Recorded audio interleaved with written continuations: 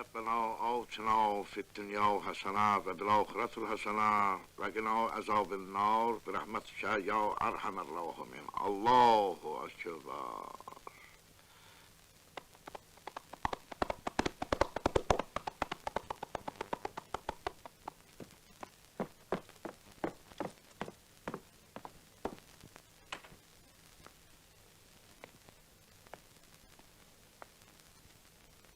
Kərbəlayı, cəmaat Abbasqulu bəyin meydin vermir.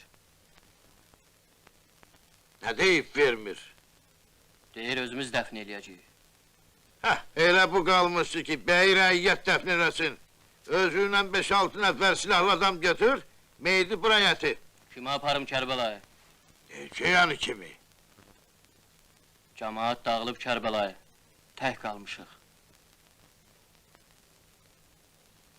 Hamı Abbasqulu bəyin dəfnindədir.